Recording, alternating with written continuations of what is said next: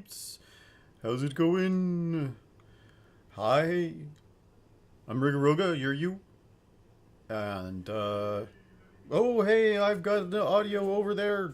Hold on. Whoa. Um, so, I got something new in the mail. It's been on back order for months and months and months, and then finally came in, and, um, and it was sent out at the beginning on Monday, and it got here this afternoon. So I thought I would take a look. Weave is a card-based RPG with dice and all sorts of fun stuff. And there's different. It's basically like everything you need to play a game in whatever theme and setting, and then there are these play sets that determine the actual meanings for things. There's the cards are like tarot cards, and so you have to interpret them, and they help you build your character as you're going through it, and change the story as you go. But so I want to open this up. I'm not gonna probably play anything today. I'm still working on some of the technical stuff on how to display things and do all that sort of fun stuff. But I'm thinking I'm gonna try and do solo. It's not canonically solo. It's actually listed as 2 to 5 players, but there was somebody in the Discord for Weave that sort of put together some suggestions on how to play solo solitaire. So I'm gonna sort of do a mishmash and like sort of jump into it as I'm able to do so and play through some of the scenarios. Now, the other things they're doing a lot of development that became like hugely popular super fast, and it was kind of a surprise for the developers of this game how in demand it was, but they have been working behind the scenes to sort of meet that demand with actual games, and now they've got them. So you can go to their website and order it now, and you get it in a couple days. Whereas, instead of having to wait months. But, these things happen. But in the meantime, what they've been doing is they've been working on some updates. So the rules are going to be updated, and there's also going to be a creator kit, which will make it, although it's been possible, it'll make it easier for people to create their own play sets. So their own ways to interpret the cards as they're played, and so their own sort of worlds in which people can play, and it's going to be really interesting to see what happens.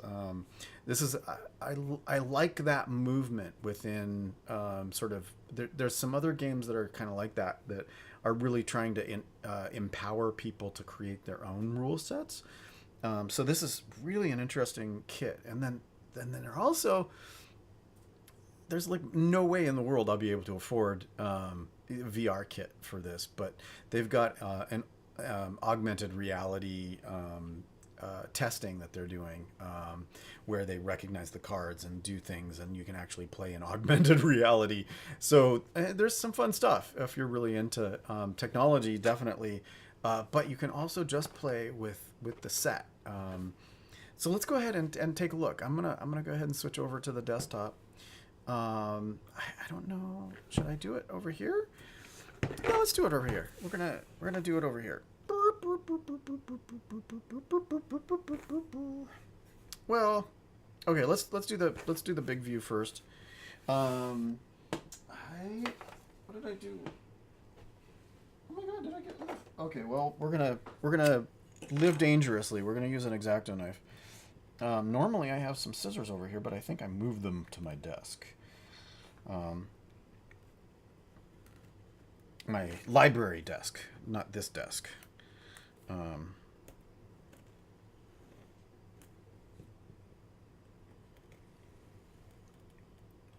So let's go ahead. Actually, let's go ahead and switch over to a close-up view and take a look.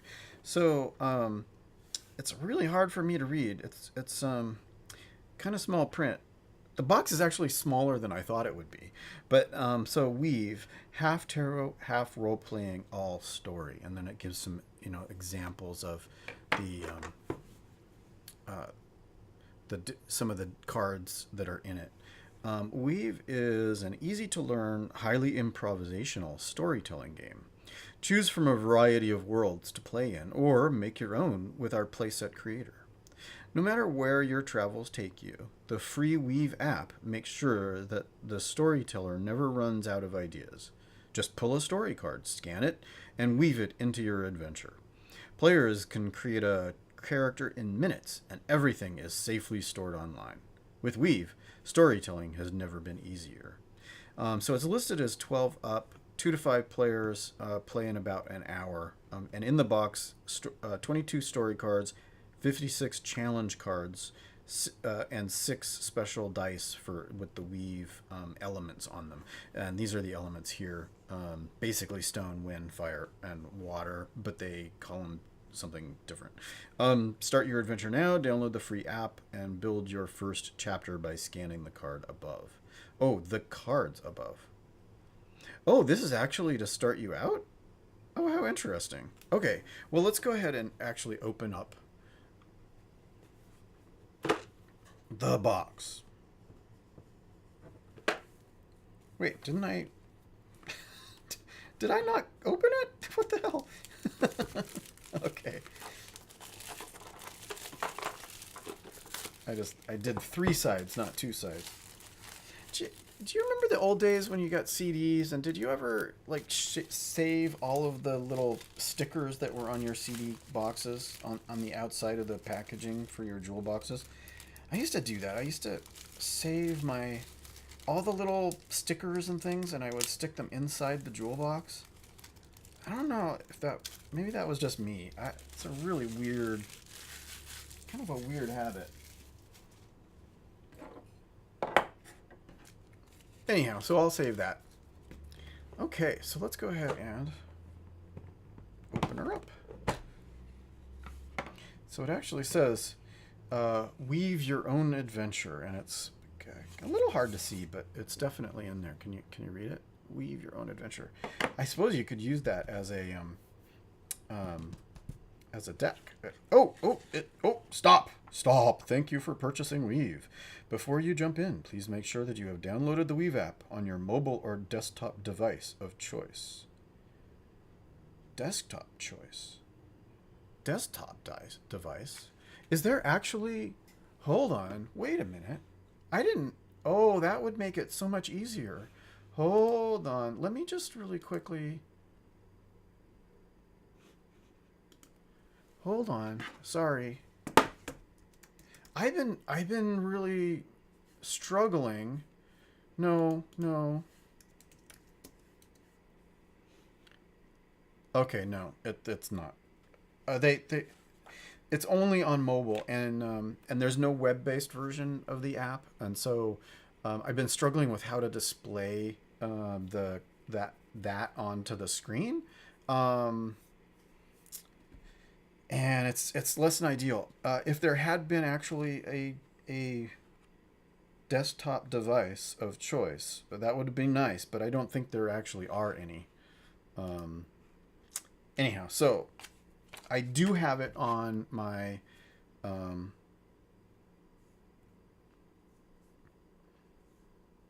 good God. Thank you. Okay. Here. Okay.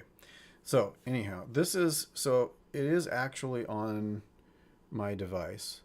And you can see this is the app, and then it starts up, and it's basically a blank screen. But then what you do is you can go in, and you can go in and look at the play sets, and you can see much better examples of all of these things. But so there's one of the play sets that can be done. It's a goblin-y thing. Now I don't know how I'm going to be able to do it. I was experimenting with some technical solutions, and unfortunately, it's less than ideal. There's an app I can use that works for a little bit, but then it kind of crashes, and then it doesn't really work very well when it crashes. So there's 6 dice, and they each have on them the symbols. So there's an X and a weave, and then there's the 4 elemental symbols on them. And that's how you determine whether, you know, when you get a challenge, then you go through and you roll the dice and figure out, like, you figure out how many dice you're going to roll. So there's a dice pool, and then you figure out how many successes there are based on the results. And critical successes and failures and all that sort of stuff. So that's pretty cool. And then there are these. There's 2 decks. One is the sort of tarot-like deck. And they have these just really awesome stylized looks to them. And then there's the challenge decks, and this is basically like the regular suited cards, you know, in a tarot deck, and then this is like the major arcana. So that's pretty cool. That's pretty cool. It's a neat little. Oh, and look, it's got the weave design in the back.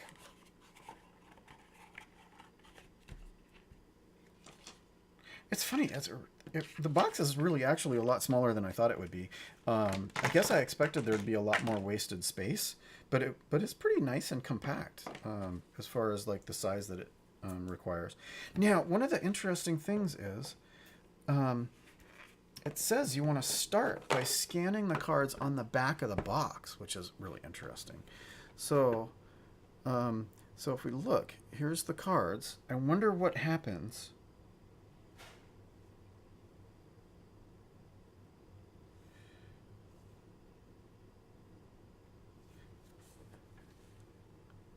Players can.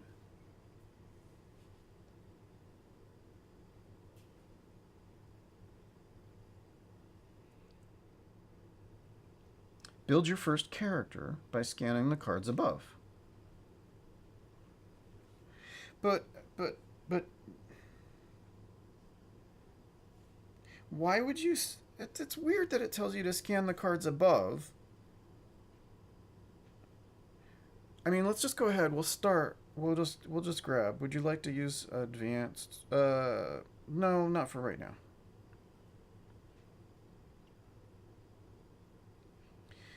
But then see, it's starting your character by scanning those, but you have to start your theme first. I don't know, man. Okay, we're gonna cancel it. We're gonna cancel that.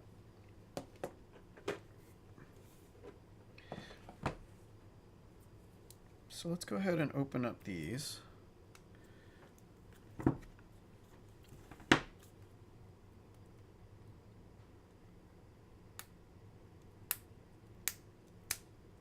Come on, you.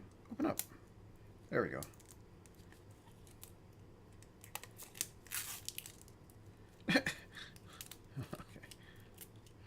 Okay, gotta make sure that gets in the trash so the cats don't get it.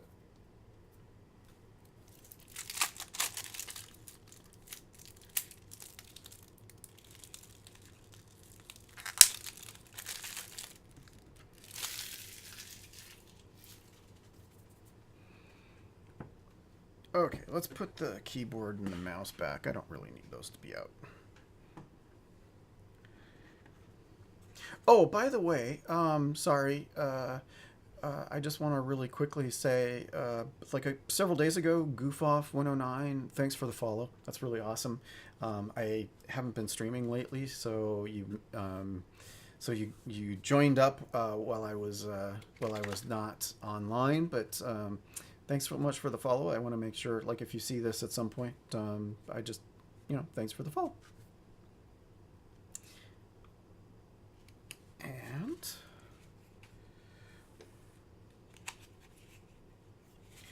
are they actually? They're in order, right? Oh no, they're not. Okay, so well, anyhow, let's just go ahead and shuffle these up.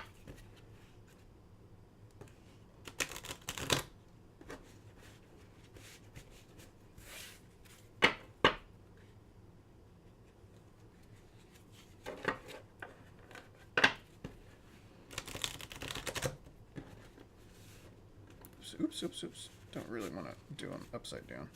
There's no... There is directionality to it, but there's no inverse. Kitty, stop it.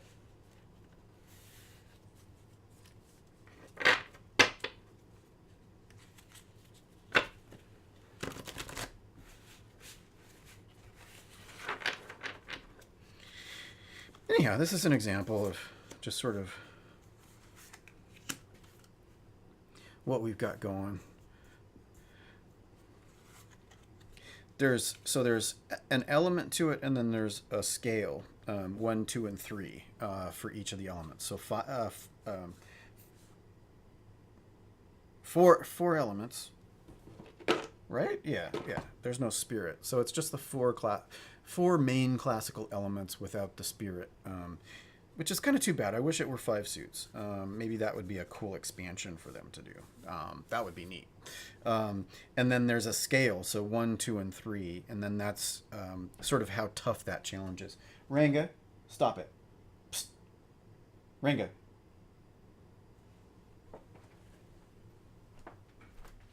Yeah, you don't need to go in there. You don't need to go in there. But yeah, so there's a ton of these cards. I wonder what the distribution is.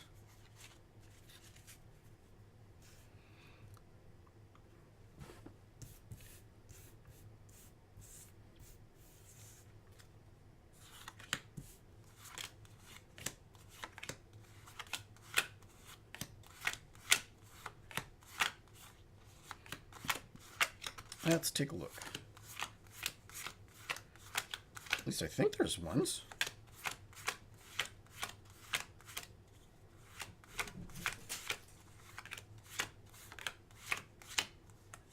What? There's no ones. Oh, that's weird. Oh, wild. Oh, weird. Okay, so, well, that's interesting.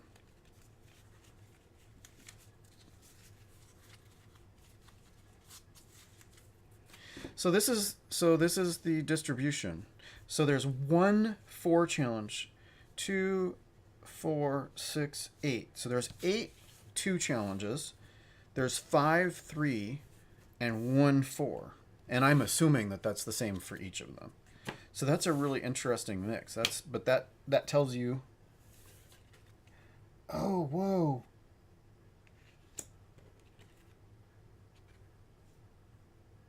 Okay, you can't see it. But in the very, very bottom of it's going to be really faint for you to see, but there's actually a Roman numeral on each of these cards.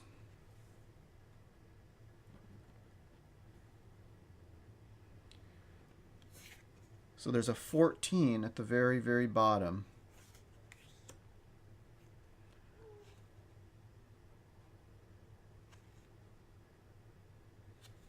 Nine, 10, 12. Oh, right. Yeah, because there's other ones. 9, 10, 11.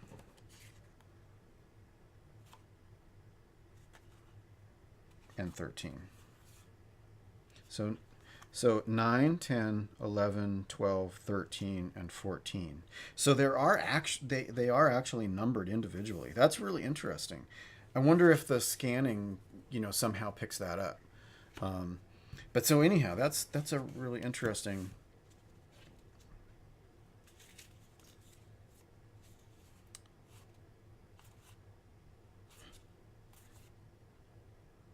Huh. Interesting. Okay, so that's the distribution. So there's only 1 4 challenge, and then a lot more 2s than there are any of the other challenges.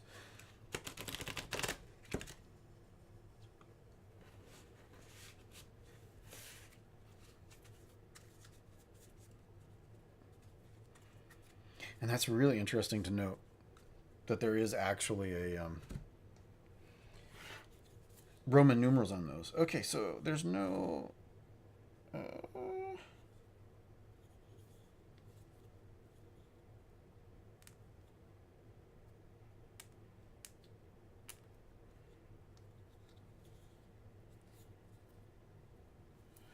okay, hold on.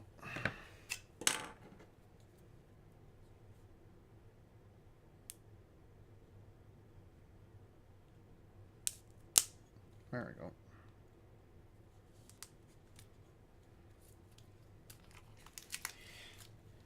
Yeah, so there was no pull string on this one to get that started. Makes it a little harder to pull it open. Okay, so let's take a look-see. So here's the, and there's 22 of these. So let's take a look at them.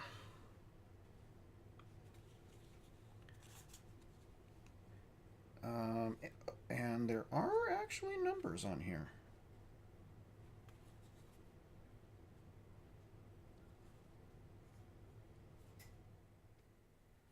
They are not currently in order.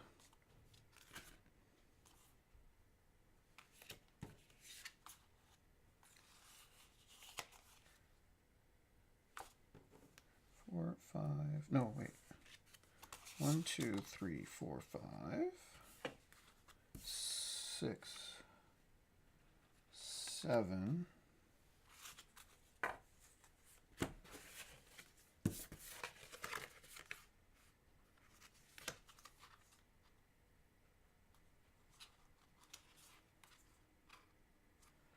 That's 9.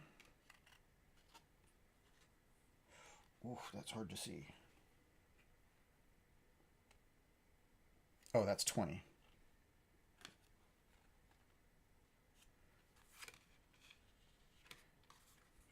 15. 6, 7, 8. That's 8. So that's 8, 9.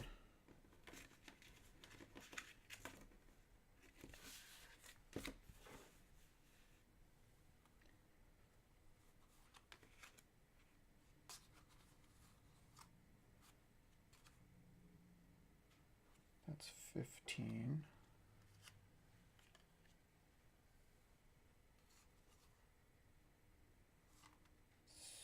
16.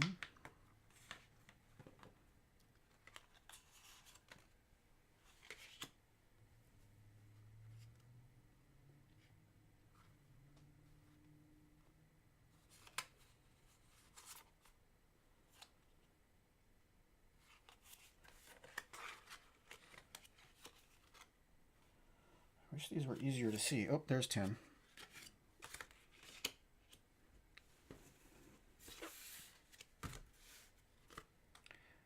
Yeah, it's too bad that those are really so hard to see.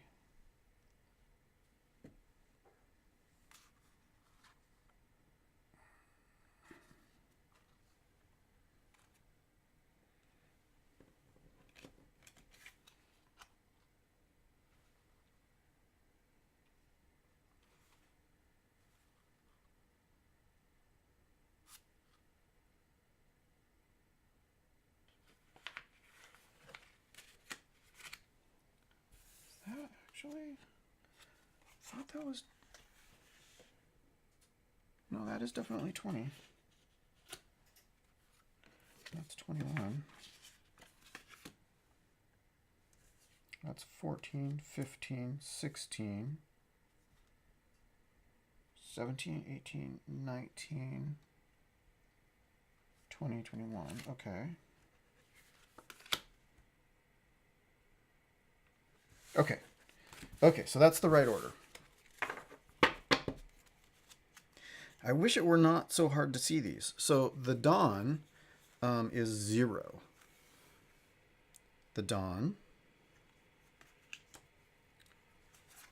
The stag. Owl. Serpent. Tortoise. Mountain. Storm. Inferno. River. Crown. Coin. Tome. Mask. That's cool. It's sort of a Scapino mask, or a pantalone almost.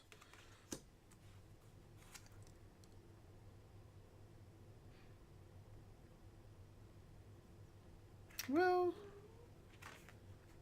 yeah, kind of Scapino. I was gonna say Dottore, but anyhow, the woods, the watchtower, gateway,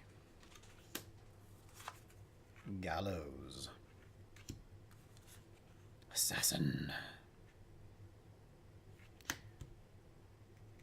I think I saw that symbol on one of these other cards. I'd be curious to go back and anyhow, the wanderer, High Odin, architect,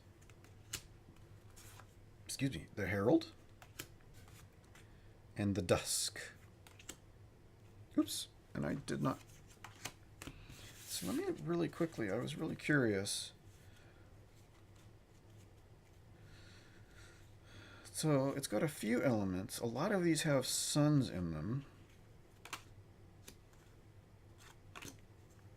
Definitely has the core colors.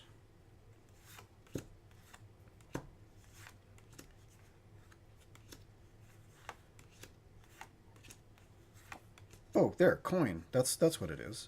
So the assassin has a coin on it.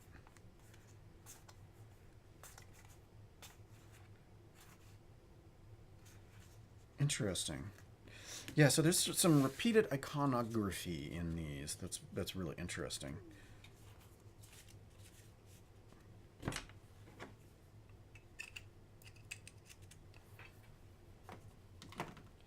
Well, so now what? Now what do we do? I kind of feel like maybe if I go into documents and weave.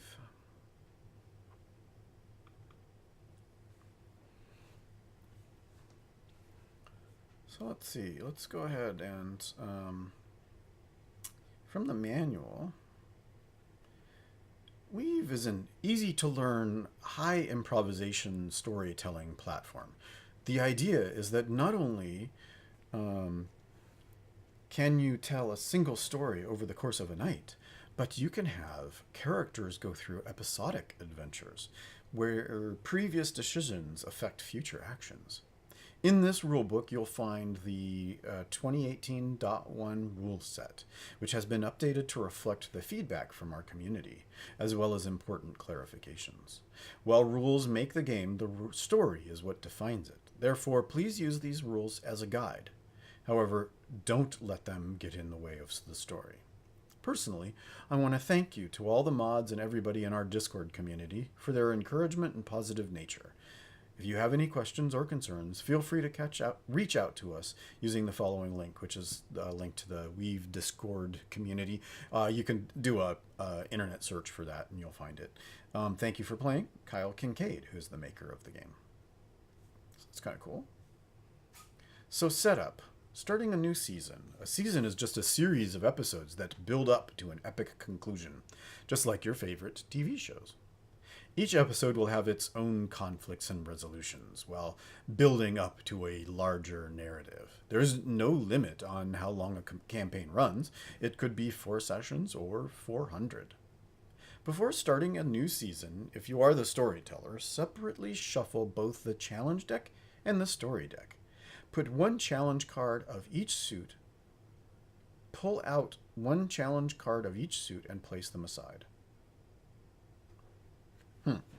So you shuffle them, but then you pull out the... That's an interesting... Okay. All right. Let's shuffle it once more, or a couple times, because I did sort out all of the one suit.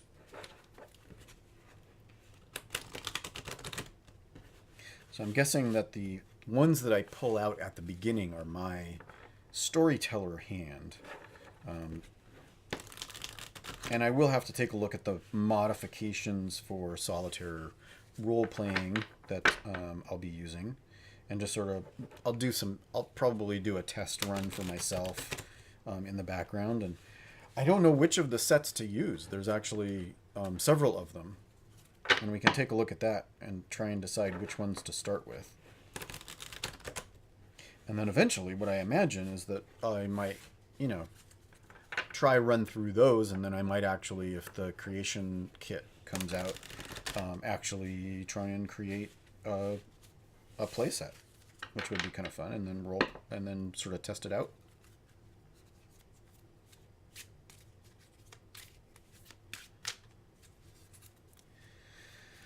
Okay, so let's see.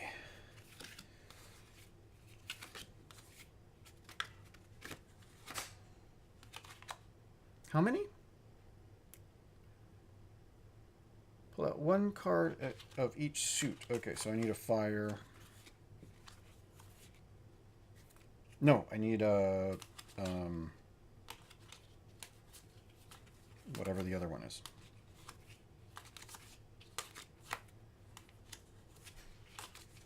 Oh, there it is. Okay.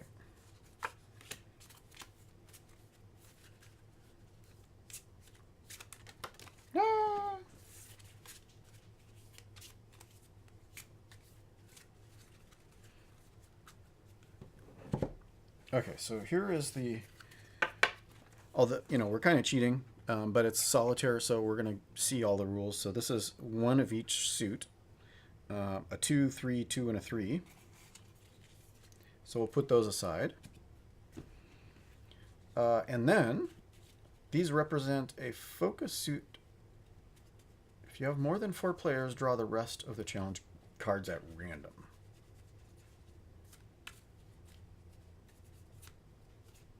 Okay, but I don't. These represent a focus suit that each character will have. Then draw the top 3 cards from the story deck and place the cards face down in front of you.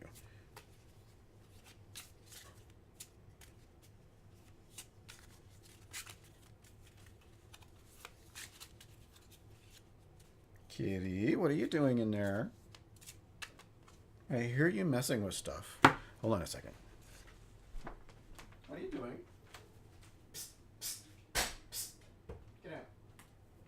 That's not your play area. That's not your play area. No, it's not. No, it is not. Okay, so.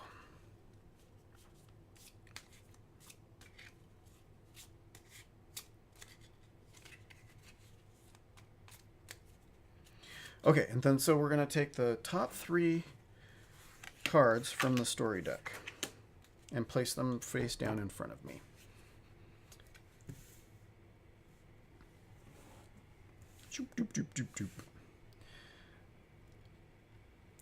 Begin a new season, navigate to the playsets from the menu. So we're going to navigate to the playsets.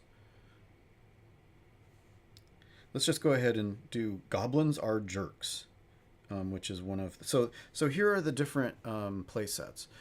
Goblin Are Jerks, Zorte IO, Gloomies. So goblins being badasses. This is kind of a sci-fi setting, and then Gloomies is like Goonies. It's even set in Oregon. And then let's see. Whoops. Solar Age, another sci-fi, and then there's Clique, which is kind of a high school breakfast club, and then Cherry Blossom. And it says it's by Monocle Society, but my understanding is actually it was written by Lauren, Random Tuesday, which is kind of cool. And then each of them, of course, if you just click on them, they have a little description. Cherry Blossom is an anime-inspired playset designed to let you create your own anime experiences with you and your friends. It's a little fiddly, honestly. High school drama.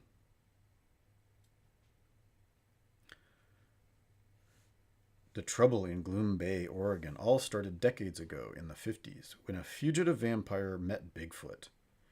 This creature of the night realized that any human settlement that could live in utter denial of an entire clan of wild Sasquatches would be the perfect place for a vampire coven to hide in plain sight.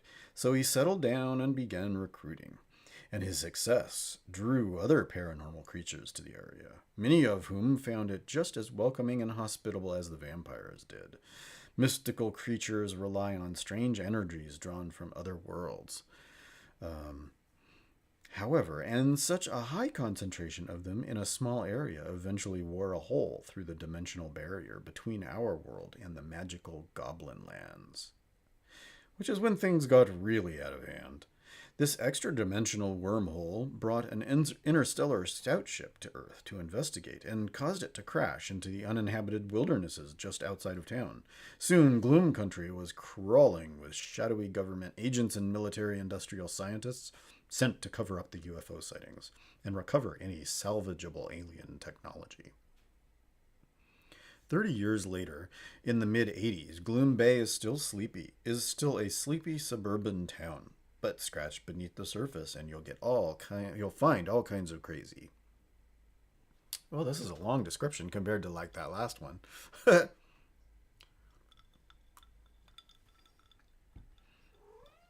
should be like an abstract and then I don't know. The original group of vampires is still thriving. I assume the brackets means that it's a keyword. Hi, Ranga. How you doing? Is still thriving and begrudgingly sharing its hunting grounds with various groups of werewolves and freshwater fish monsters. With all the unresolved murder these creatures cause, it goes without saying that poltergeist levels are off the charts. A fully grown psychic plesiosaur lives in the depths of Lake Gloom, and an extremely spooky carnival regularly passes through, bringing dark demonic magics along with it. There are even rumors that a rare and potentially cataclysmic moon goob has been spotted at an antique store downtown. But paranormal creatures are, if anything, the least of Gloom Bay's problems. The weird, unnatural energies emanating from Gloom Bay have only grown stronger over the years, which assures that any interstellar beings who have business on Earth are drawn to it directly. And a whole range of intergalactic war and a wide-ranging intergalactic war means that business is booming. But the government agencies originally drawn to the region by the downed UFO have set up a permanent shop. A group of rogue NASA scientists operates a dubious astronaut camp near the site of the original crash, and the CIA operates a shell company called Turtle Tech, for some reason. Which designs video games for some reason and is one of Gloom County's largest employers. Meanwhile, a splinter group... Ranga, what the hell? What? Stop it. Yeah, whatever. Sit on my lap. Meanwhile, a splinter group of military-industrial scientists is focusing on interdimensional studies, spurred on by the mysterious energy that still leaks from the Goblin lands. Their irresponsible experiments, which take place in a secret lab beneath the Gloom's County Public Utilities building, have beckoned more dangerous things than just goblins to Gloom Bay. However, a terrifying monster called the Semi-Daemon has recently clawed its way from the inside out, and a bleak nihilistic entity known only as the Void is making its way towards our world from the realm of Imaginaria, leaving complete and utter nothingness in its path. Good God, this description goes on forever. Other local phenomena are even more difficult to explain. The ancient pirate treasure buried in the caverns beneath Gloom Beach might be completely coincidental, or it might have something to do with the gang of time-traveling dwarves currently hiding out nearby. And Kidmatai, the underground high school death match run by a shady martial arts... Ranga, stop. Chill. The underground middle school death match run by a shady martial arts instructor, well, that's just standard human dickery. In the 80s, children in general were poorly supervised and got up to all kinds of mischief. 'Tis true. I didn't get into nearly as much as most other people did, but I did get into some. The more creative kids would have to get to keep themselves entertained. Okay, that's an editing problem. Combine the free spirit and lax supervision of 80s youth with a vast array of incredibly dangerous situations, and you've got a recipe for adventure. Wow, so it's basically every 80s TV show. I mean, a TV show and movies, and mainly in movies and stuff. Okay, so what is the... I missed Solar Age, didn't I? I did. Solar Age. The Earth is dead, yet mankind prospers. Thousands of years into the future, humanity has expanded across the solar system, colonizing nearly every planet and asteroid that the sun's light touches. In this solar age, you take on the role of crew members aboard a spaceship, risking your lives soaring about the seven kingdoms in search of adventure. It's weird to call it seven kingdoms. That's really fantasy to me. In search of adventure, of wealth, of power. But beware, the solar system is fraught with danger. Space pirates, darkness-worshipping cults, militaristic empires, and the planet-cracking mega-corporations. Corporations lurk on every world, seeking your obliteration. Do you have what it takes to conquer the deadly mysteries of space and become a legend of the Solar Age? Okay. It's weird. You have to click at the very bottom in order to make it happen. Okay, in order to open up the information. Zort takes place in a region that we would currently identify as South America. So, boy, is that a South American indigenous Zorte? Zorta?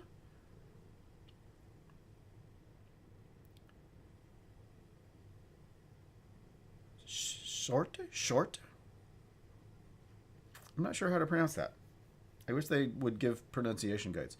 There lies a mountain which in the far future is short. It is a mystical mountain. It is considered by some to be a god, but by others it is revered for its rich natural resources. Wrapping up the side of the mountain is a series of conduits, tubes, pipes, and other cybernetic monstrosities. All are effects and symbolic of the corrupt business ventures that are currently bleeding the region dry. Surrounding Mount Short is a dense jungle that some would venture to say is alive. Well, I would hope that a dense jungle is alive. Otherwise, it wouldn't be growing. It'd be, maybe is a sentient being of some kind. There are, however, these reports are unconfirmed. There are, however, local legends of eyes and wires that watch and stalk the jungle. Mysticism and superstition aside, a very real guerrilla war is brewing and being fought in the jungles. Forces of both pro and anti-mutant sentiment, so there's mutants, clash in a bloody firefight that's threatening to spill into the city of Zort. So there's a mountain named... The setting is short, the mountain is short, and then the city is short. You can definitely hear it spreading when you wait and actually listen to the regulars in bars and clubs on the edge of the city. The city is short is a beautiful place. It's a dangerous place. It's a place where you have money, you have power. The corporations run everything and apparently own the mayor. It's even rumored that Jort Corp, okay, so it's a corporation as well, is actually funding the mutant uprising. But this hasn't been confirmed. You will definitely find people that range between pro and anti-corp scattered all across the region. There are even apparent sightings of lights in the night sky, but I wouldn't trust anything you hear in a bar. Short is host to an array of characters, cyborgs, mutant, and alike. Cyborg, mutant, and alike. Okay, that's weird. The intelligent and nomadic Rex serve as chameleons to technology. They can reverse engineer and mimic almost any tech they get their hands on. Dreamers remember a world before technology. They felt man-eater Gaia cry out as it was probed by the corporate expansion. Whoa, that's out of nowhere. What the hell does that even mean? By snapping into their now trademark dream trance, they can tap into the electronic signals polluting the world around them. When they wake up, they are gifted with knowledge from beyond. When they wake up, they may not even be in their own body anymore. Oh, wow, okay. Have you ever seen your shadow move? Have you ever recognized someone blinked and then they were someone else? Have you ever noticed someone get gradually taller as they interact with you? This is the mirror, where the wrecks imitate technology. Mirrors copy people, but careful, your own shadow might be your death. Nanomachines multiply and spread like the plague. These nanites are what is known as the swarm. They can be trained to do simple tasks like building objects or refining minerals. Others have trained them to rend bone from flesh, to hack into mainframes. Get a hive implant and you too, TWO, it should be TOO, can tame your own swarm. Within Jort, you will find no less than 2 cults and a major religion. There is a life cult, the Blinking Hand, devoted to life in all its forms. They tend pro-mutant and anti-cyborg. They feel life should be revered in all occurrences, and that cybernetics cheapen it. The Gaze of the Mountain is a fierce and fanatical death cult devoted to the preservation of the dead. Whenever people die, in short, they are interred in the massive crypt arcologies that scatter the city, for reasons unknown. Well, you got to put them somewhere. Finally, there is Our Lady of Isolation Protocol, the local techno-religion devoted to all things dreamer, I should say. For they believe in it, it is connection with God itself. They believe in it is connection with God itself, I think. They are fiercely anti-corp and are always willing to absolve you of your sins. You can easily find them at Cathedral Prime, the largest non-corp structure in Jort. Rumors say that a violent golem lives in its belly. And then it just stops there. Wow, weird, okay. And then goblins are jerks. Goblins don't become legends. No great epics, no recounting of deeds. They are just a speed bump for adventurers, sometimes literally, but not anymore. In the land of Arun, kingdoms and empires fight over petty matters, boom salt mines and arbitrary borders. Boom salt mines? And arbitrary borders. All those epic battles and resulting kingdoms create a lot of junk as machines and magic render gear unfashionable and unsuitable. And no one is more prepared to reuse this trash than the goblins. With little more than curiosity and a natural resistance to explosions, they fuse garbage into powerful potions, contraptions, and even golems. Goblins are tired of being hunted. Goblins are ready for glory. Goblins are ready to be jerks. Okay. All right. So let's go ahead and let's not play advanced. Let's play regular. So we're looking for a card. To begin a new season, navigate to the playsets, select playset, select whether you'd like to play standard or advanced. Standard offers the most accessible. Advanced adds new mechanical depth to the classic Weave formula. You can download the Weave Advanced Rulebook online, because I'm reading the basic one. After choosing a rule set, scan in 3 story cards. Okay, so we're going to go ahead and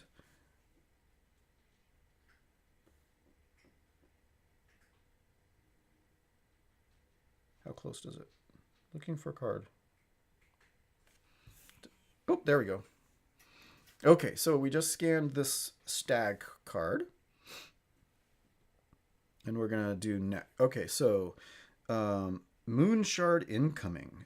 A massive chunk of the moon has recently broken away from its fractured surface. And it's on a path to smash right into your favorite corner of the wilds. The goblins must find a way to stop the Moon Shard from smashing their home, or deal with the consequences of its impact. Okay.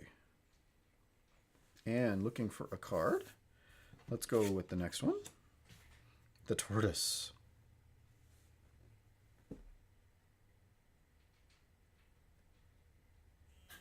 There we go. Kind of aims sort of like the camera is right here, and so I guess you kind of aim at the middle of the card. So the tortoise is the next card. So locations. Let's see. Rune Stitcher's Hovel. Rune Stitcher hovels are often decorated with hanging limbs and bloated organs. These goblins dig up new and exciting corpses from the graves of surrounding other cities and villages that surround other cities and villages. Infusing their stitches with magic, they graft new limbs onto their own bodies, and they might even do the same for you for a price. These limbs sometimes have a mind of their own. Can I select more than one? No, I have to select one. So, Gladion's back. Huge lumbering beasts that carry entire forests and often villages on their back. Their scales are akin to stone. Their breath creates windstorms, and each step transforms the landscape. Yet Gladions rarely wake from their slumber. Much of the wild lands may rest on their backs as they dream. That sounds wacky ass. Let's do that. And the next card is the coin.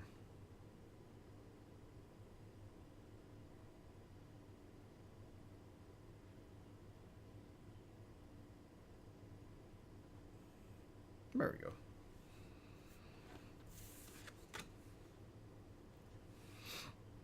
Rufus Redbelt is my boss. A vicious leprechaun with bright red hair, Rufus is the founder of the Red Belts. Don't confuse him for a dwarf. He's missing 2 fingers on his left hand, a punishment for his earlier crimes. Luckily, he's still got all the required digits to give a crude gesture to his enemies. He and his gang... Oh my god, it's Will Wheaton. He and his gang are infamous for mugging children and the elderly. He vows to never go back to jail, no matter how steep the price. Okay. Come on, you. Season title. Oh my god. I hope I can change this later. On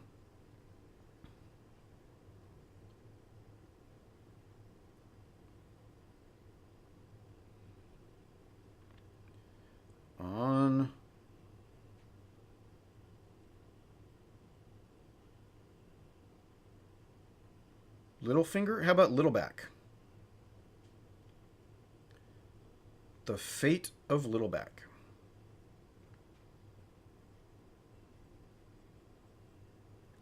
I don't know. Anyhow, we'll go with that. We'll go ahead and... Okay, so there's my season of the Goblins Are Jerks, The Fate of Littleback. And I cancel, okay. And there's my timeline. So I've got my theme, my location, and my boss.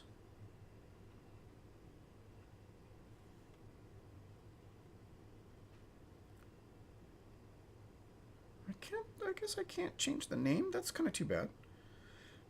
Okay, so we're gonna create a local character. And let's see.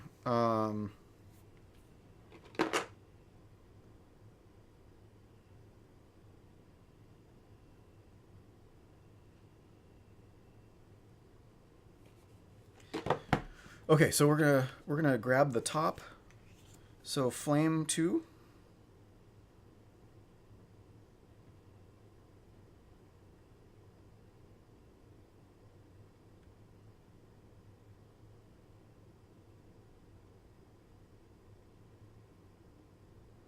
Okay.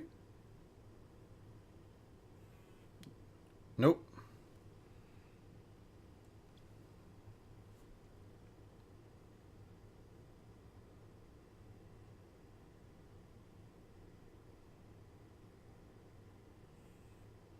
Oh, it keeps thinking it's Brook challenge. Here, let's try and do this in the light.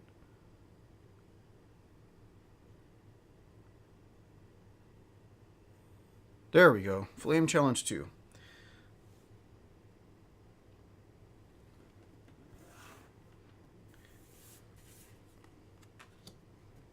Okay, and then story card, 1 of 4. So I wonder if it'll actually...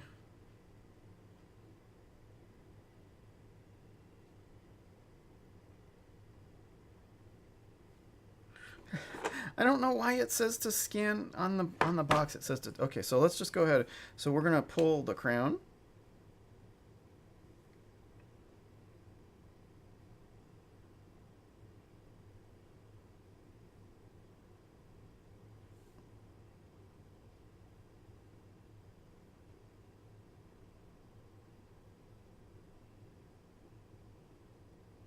Hello?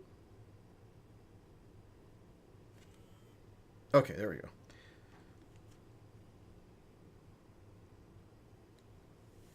Okay, so we got the crown. So we're going to pick a backstory and 2 talents. So I can be a royal servant, a golem knight, or a goblin lord. So the royal servant.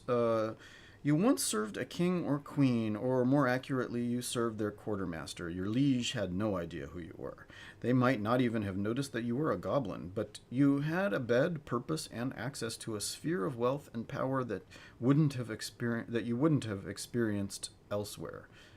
Experience should be experienced.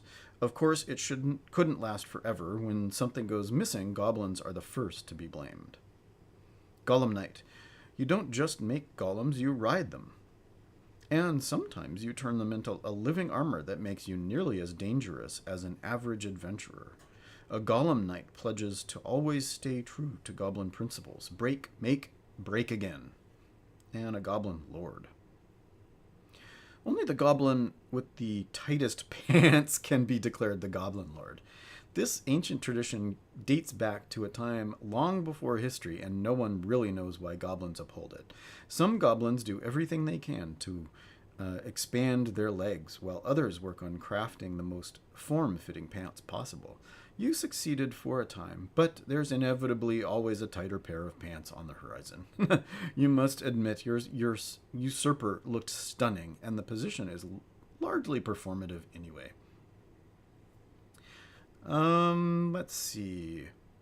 I kind of feel Goblin Lord, because of my old character Take, who sort of took over the Goblin tribe. I kind of feel like we're gonna go ahead with Goblin Lord, and then we're gonna pick some talents. Combine a golem. Few know how to pull it off, and even fewer do it successfully. But you've got what it takes to take the quality of any golem and combine them with another. Just make sure you take your time to do it right. Oh, I know this one. After being around so many potions for so many years, you can decipher the contents of almost any potion just by looking or smelling it. I got a tool for that. You are well prepared for any tinkering needs. With your trusty tools always at your side, you can tackle any project right away.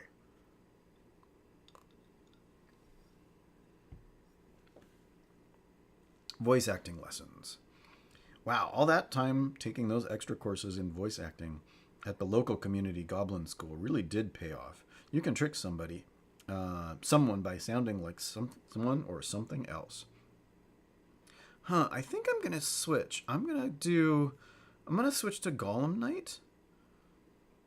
You don't just make golems, you ride them, and sometimes you turn them into a living armor that makes you nearly as dangerous as an average adventurer. A Golem Knight pledges to always stay true to goblin principles. Break, make, break again. And then I'm going to select... I've got a tool for that. And combine a golem. So one talent is combining 2 golems together. And then the other one is I've got a tool belt that has all kinds of fun stuff. Okay, and then so the next card... I'm going to do this over here in the light and just see if that helps.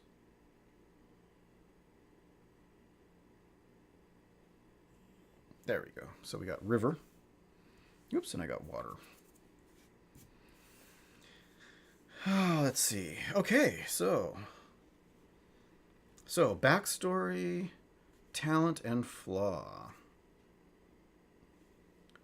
Stern swabber.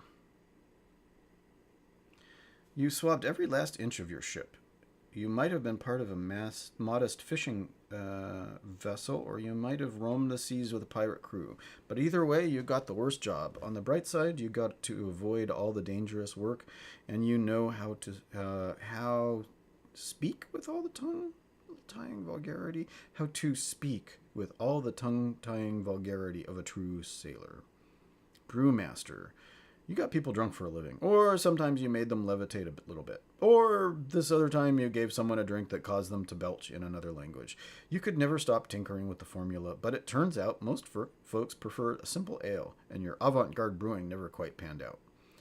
And Shark Rodeo Champion. Wow, none of these really quite fit. Getting the reins in the shark's mouth wasn't hard, but getting your hand out safely sure was. You managed to stay on their back most of the time, but the shark rodeo has gone out of fashion. Turns out it's pretty cruel for the creature and the rider, so you had to find a new line of work. Let's be a brewmaster.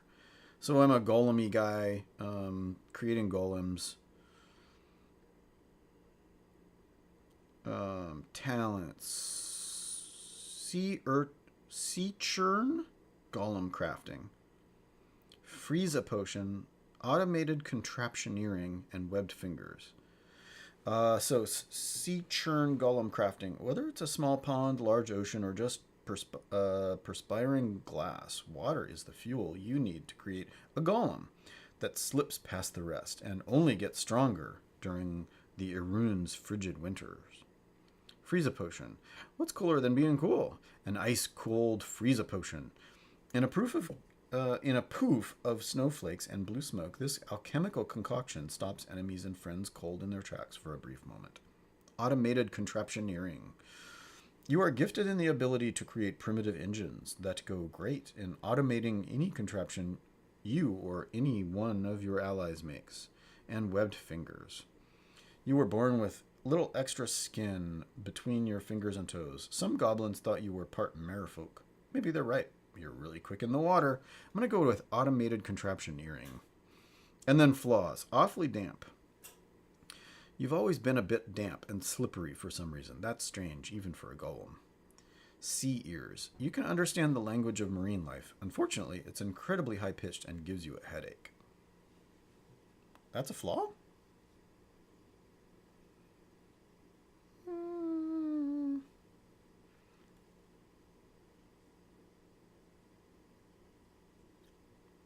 Damp and slippery.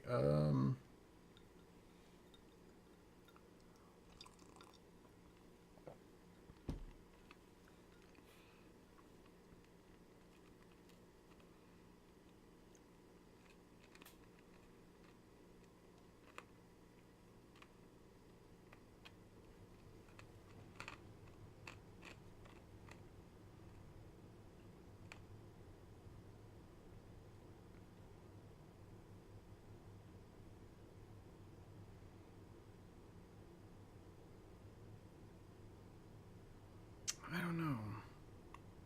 Oh, let's go with damp. So I'm damp. Okay. And story card 3. So story card 3 is going to be the Inferno. Okay.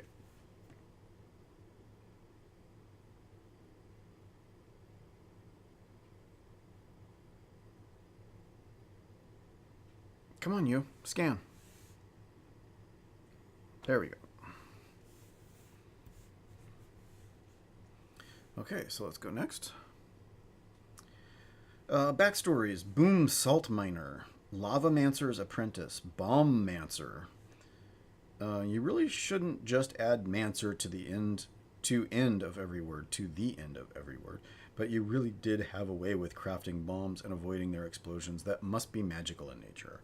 Whatever it is, you've always had an innate talent for making things explode. You dreamed of making an impossible bomb out of water, but it never really panned out. Still, you keep hunting for new ways to make things erupt into flames.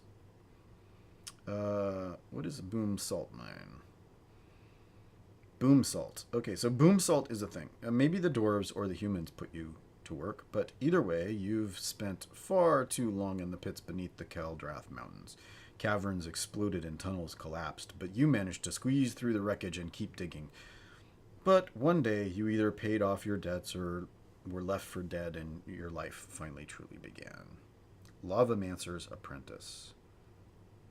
You studied under a mage, who could summon lava from the ground and manipulate it into startling forms. Sometimes the wizard couldn't quite stoke the fires of earth, but you had to dig. Goblin claws make for great little shovels in a pinch, but maybe you got tired of singeing your fingers or maybe you got tired of waiting for the mage to teach you more, so you left their company. Lavamancer, Bombmancer. It's a goblin. Let's go with bombs. Talent. Cinder Seed Golem Crafting. 2 talents. From a tiny seed, you can summon a fiery friend that turns up the heat, though they tend to burn out. Burn a Bomber. As soon as the bottle breaks, a ball of flame envelops its target. Be careful, though. You can come back to bite you. Monkey Wrench. Well, dang. Don't you just have a knack for blowing a good thing up? You really know how to just the right thing. You really know how to do just the right thing to get just the wrong outcome for whatever poor contraption you're tinkering with. Oy!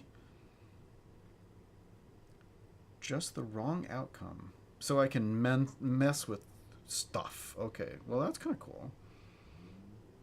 Forged in Flames. This is cooler sounding than actually happened. After accidentally setting yourself on fire enough times, your goblin skin has hardened to the point that you don't take as much damage in fire-related accidents anymore. Oh. I kind of feel like Monkey Wrench and maybe Cinder Seed Golem Crafting. Let's do that. Or maybe Forged in Flames.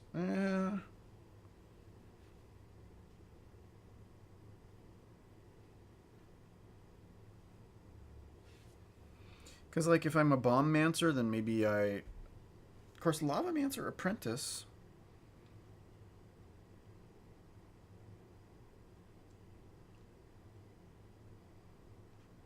No, we're going to be a Bombmancer. So, do I do Cinder Seed Golem Crafting and get a flamey friend, or Forged in Flames that has hardened my skin against fire?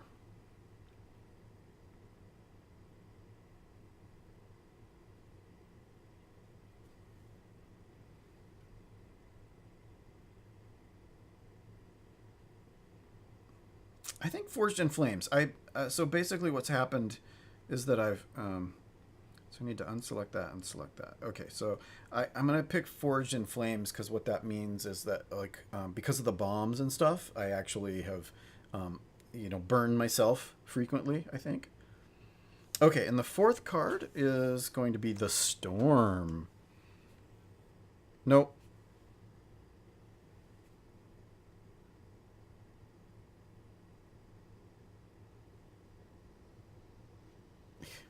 Okay, there we go.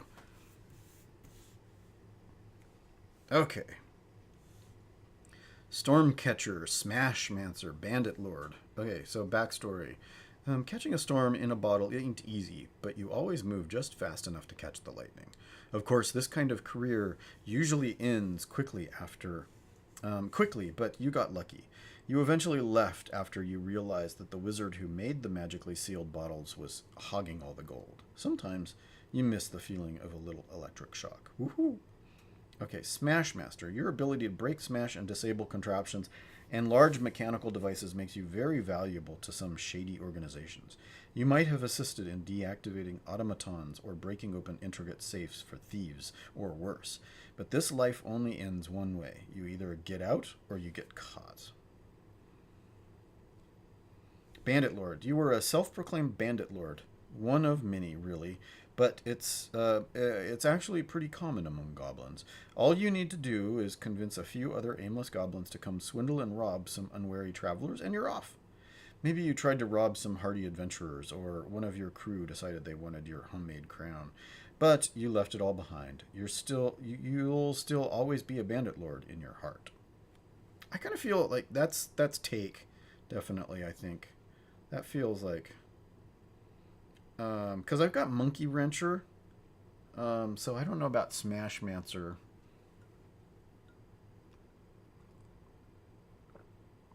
Hmm. I could go either way.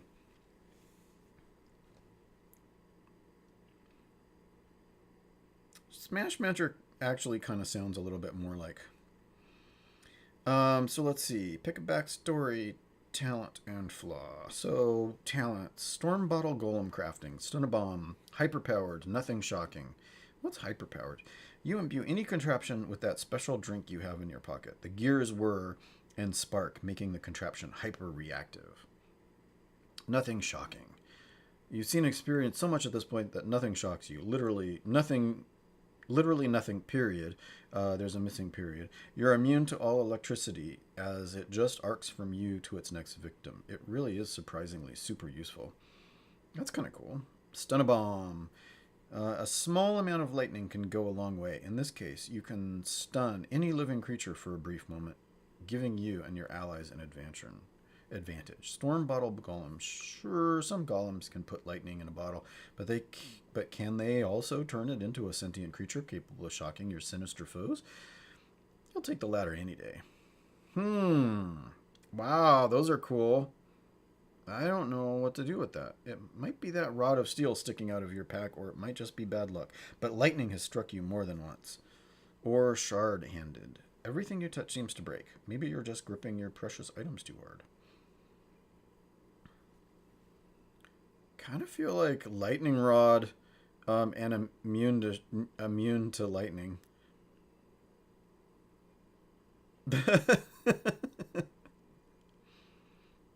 It might be kind of. Yeah. Okay. Let's do that. Hyperpowered is kind of tempting though.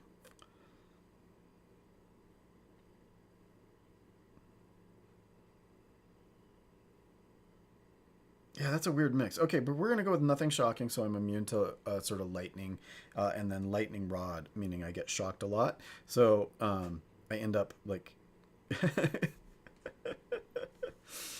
Okay, signature move and 2 items. Royal Decree. You managed to get a copy of a Royal Decree, and will, with enough practice, you've managed to make it say whatever you want. Secret tentacle. It might have started as a strange growth, or maybe something went wrong when you walked through a portal. But you've got an extra limb growing out of your body. It's useful, but hard to control. Boom! You've got away with boom salt. You can easily blow through a wall or hillside. Break all the things. You're really good at breaking just about anything you can get your hands on. This is a most valuable ability for a goblin.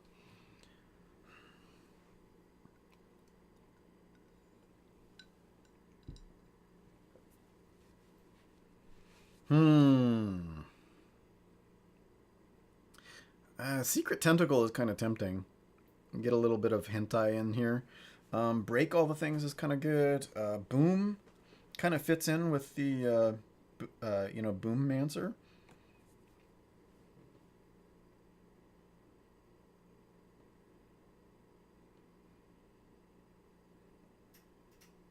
I'm gonna go with break all the things. Even though that kind of doesn't fit really well. Oh man, I don't. Any of those are awesome. I can't decide on those. Royal Decree, Secret Tentacle, Boom, or Break All the Things. Let's go with Break All the Things for now. Inventory, Golden Crown. Okay, no way this was misplaced. Someone had to have taken this at some point from a very important person. But now you have it. That makes you important. A wax seal. Seal to be used in construction to create a royal seal. Book of Sea Life. Pages are stained. Each appear to be magical inscriptions. Boat paddle. Mechanic. Strike damage. Range. There's no information. Box of matches. Storm bottle. Spherical glass with a medium stem. It's pretty nice, and nothing unusual about it except for the literal storm contained inside of it. Automaton Heart. Not really sure how it works, but somehow that valve is supposed to open and that piston moves. Just add lava or boom salt and all the rest of the parts. Candle of Sticking. It's a candlestick, partially used. Looks to have special magical carvings on the side of it.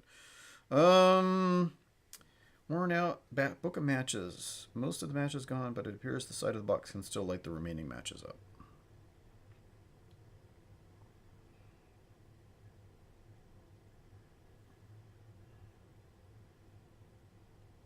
Maybe matches. Storm Bottle. Automaton Heart. I mean, with the Storm Bottle, I could probably like cause a storm to show up and then shock myself, and then it would arc to everybody else. And then the matches would be for blowing stuff up. Let's go with Box of Matches and Storm Bottle. Name my character. Kaboom. Kabom. Kaboom. Kabom. Kabom.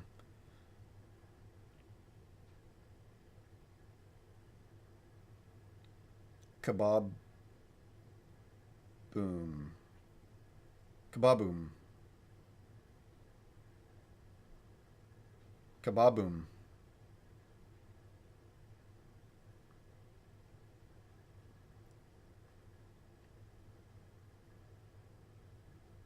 Kebab.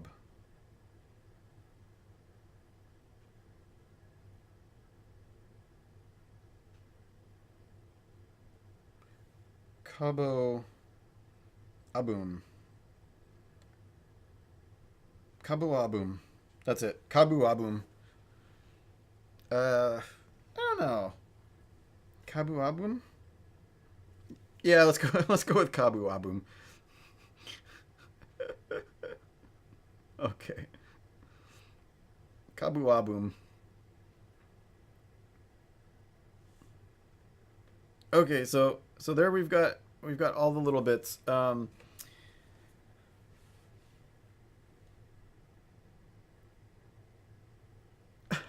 Okay. Well, so I feel like that's kind of probably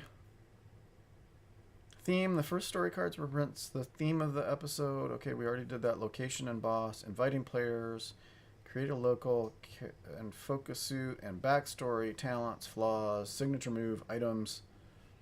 Finishing setup. After players have completed their characters, all story and challenge cards are returned to the storyteller. Storyteller keeps the theme, location, and boss cards in front of them. Okay, so we're going to keep these in front.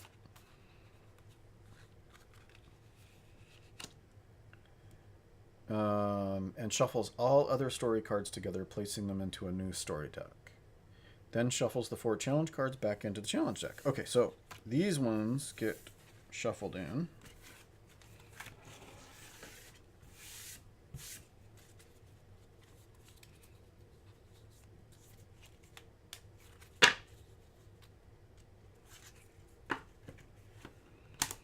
So there's our story deck. Now the other thing about this, especially these, the story deck, is that I'm imagining 2 things about it. Okay, that was my signature move. What I'm imagining is that I might try and use them for Illimat instead of luminaries.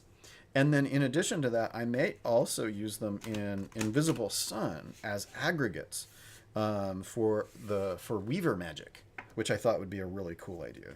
So I kind of have ideas beyond just the game of Weave for these cards. So we'll see how that shakes out.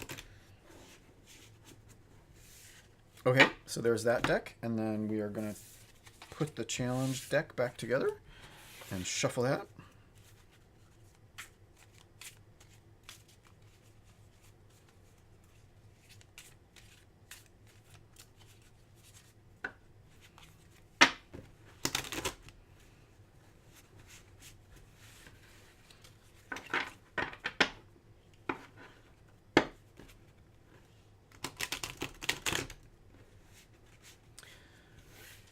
Okay, and then the storyteller then selects 4 challenge cards from the top of the challenge deck and 2 story cards from the top of the story deck, creating the storyteller's hand.